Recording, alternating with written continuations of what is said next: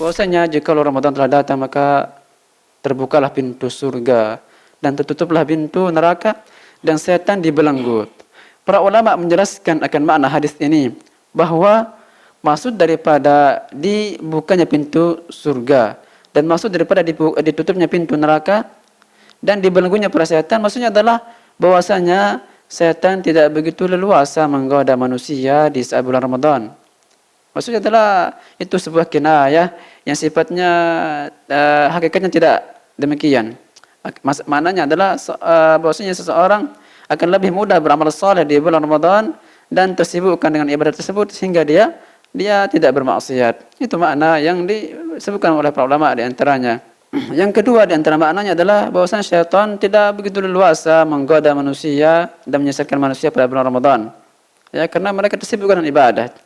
Namun pendapat yang lebih dekat dengan kebenaran yaitu apa yang dikuatkan oleh Al-Imam Al-Qurtubi rahimallahu taala bahwa makna hadis yang kita bacakan tadi jika Ramadan tiba maka pintu surga terbuka dan pintu neraka tertutup dan setan dibelenggu.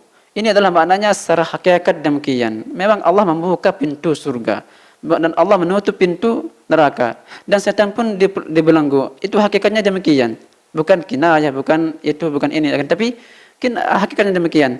Namun bagaimana dengan maksiat yang terjadi di hari-hari di Ramadan? Maka jawabannya adalah sebagaimana yang disebutkan oleh Al-Imam Al-Qurtubi dan dinukil oleh Al-Imam Al-Hafidz Ibnu Hajar dalam kitabnya Fathul Bari, bahwasanya sesungguhnya dengan terkuncinya pintu neraka dan dibelenggunya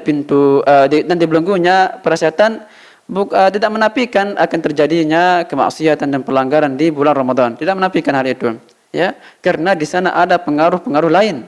Apa itu? Di antaranya adalah an-nafsul khabisah. Itu hawa nafsu yang jelek. Karena hawa nafsu kita ini sebagaimana yang Allah sebutkan, inna nafsal ammaratun bisu. Sesungguhnya jiwa kita ini memerintahkan kepada sesuatu yang jelek. Terkadang seseorang ketika berpuasa dia melawan hawa nafsunya, kadang dia menang, kadang dia kalah. Yang kedua adalah karena memang adat as-sayyi'ah, bahwasanya kebiasaan seseorang itu sangat mempengaruhi seseorang di saat Ramadan.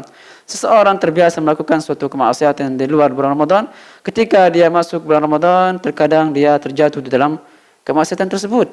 Atau memang karena tidak peduli akan hal tersebut sehingga dia anggap biasa-biasa saja sehingga Ramadan datang dia masih melakukannya, seperti menonton tayangan yang tidak bermanfaat, ya.